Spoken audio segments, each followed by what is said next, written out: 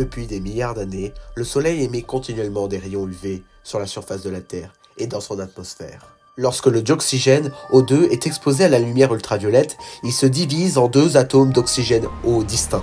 Par la suite, ces deux atomes d'oxygène réagissent séparément avec une autre molécule de dioxygène pour produire deux molécules d'ozone, nommées O3. L'atmosphère terrestre est composée de multiples couches, dont la troposphère, la stratosphère et la mésosphère. La concentration en O2 diminue en haute altitude, à l'inverse de la puissance solaire reçue sur Terre. La concentration d'ozone atteint son pic entre 28 et 40 km d'altitude, dans la troposphère. Cette concentration élevée en ozone est le résultat de cet équilibre entre la concentration en dioxygène et la puissance solaire reçue, formant ainsi la couche d'ozone. Au sommet de l'atmosphère, les rayonnements UVC et UVB sont transmis. Cependant, grâce à la couche d'ozone, ces rayonnements sont absorbés, à 100% pour les UVC et à 90% pour les UVB, empêchant ainsi une grande partie d'entre eux d'atteindre la surface terrestre. Les chlorofluorocarbures sont massivement utilisés dans les milieux industriels. Thomas Midgley a inventé plusieurs fluides contenant une haute concentration en CFC, tels que son essence et ses réfrigérateurs qui ont contribué lourdement à la destruction de l'ozone. L'ozone se trouvant tout autour de la Terre va se faire alors petit à petit détruire par les CFC.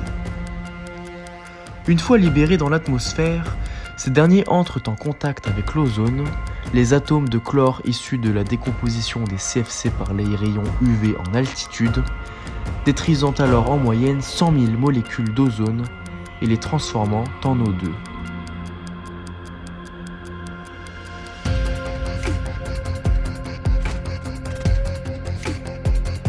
L'indice Dobson mesure la concentration en ozone et illustre parfaitement ce phénomène. D'après la NASA, au-dessus de l'Antarctique en 1979, il y avait une zone d'indice Dobson 220, bien inférieure à la valeur normale moyenne de 330. Cette disparité caractérise ainsi ce que l'on appelle le trou dans la couche d'ozone. En 2013, ce trou est devenu environ 5 fois plus grand. Cela signifie que désormais, les rayons UVC atteignent davantage l'Antarctique et l'espace océanique. Afin de limiter ce trou dans la couche d'ozone, le protocole de Montréal est signé en 1987, interdisant l'utilisation des CFC, ce qui a contribué à sa réduction depuis 1990. Cependant, depuis 2012, certains industriels violent toujours ce protocole. La couche d'ozone étant fragilisée, les humains reçoivent dorénavant les UVC, affectant son microbiote cutané.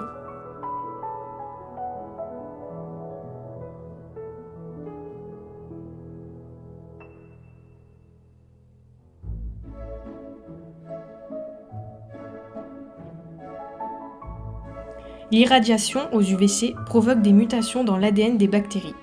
À des doses élevées, la fréquence de mutation augmente, tandis que le pourcentage de survie diminue jusqu'à frôler 0%.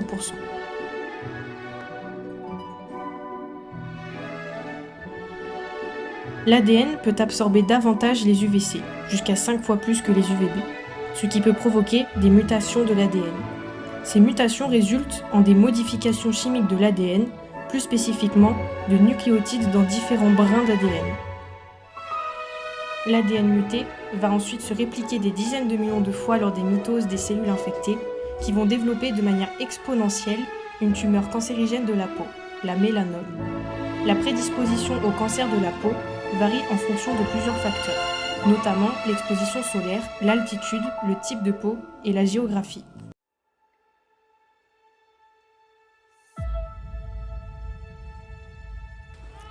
Les hydrofluorocarbures, HFC, sont particulièrement utilisés dans le domestique.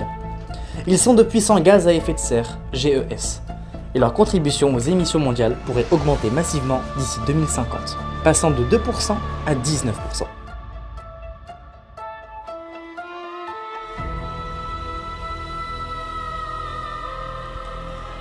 La couche d'ozone est vulnérable aux produits chimiques industriels qui la détruisent.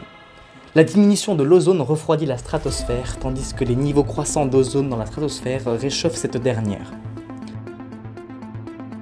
A l'inverse, les HFC conservent et renvoient la chaleur des rayons solaires, provoquant mondialement le réchauffement climatique. Les rayons solaires ne sont plus libérés dans l'espace à cause de l'effet de serre provoqué par les HFC.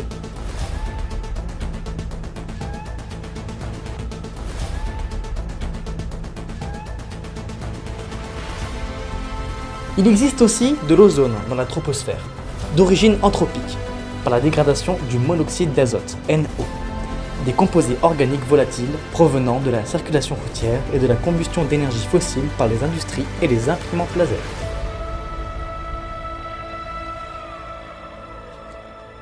L'ozone troposphérique, véritable seconde couche d'ozone présente aux côtés de particules d'aérosol dans le smog industriel et agricole, est nocif pour la santé humaine. En somme, l'ozone possède un double rôle et sa dangerosité dépend de son emplacement dans l'atmosphère. L'ozone présent dans la stratosphère, généralement appelé ozone stratosphérique, est essentiel à la vie sur Terre, car il absorbe les rayons UVC nocifs du Soleil. Sans lui, des dommages graves à l'ADN et des cancers de la peau seraient probables. Ainsi, l'ozone stratosphérique est nécessaire au développement de la vie terrestre. En revanche, l'ozone présent dans la troposphère, près de la surface de la Terre, est un polluant atmosphérique. Il est un composant du smog industriel et agricole et il est nocif pour la santé humaine. Une surexposition peut causer des problèmes respiratoires, aggraver l'asthme et contribuer à des décès prématurés.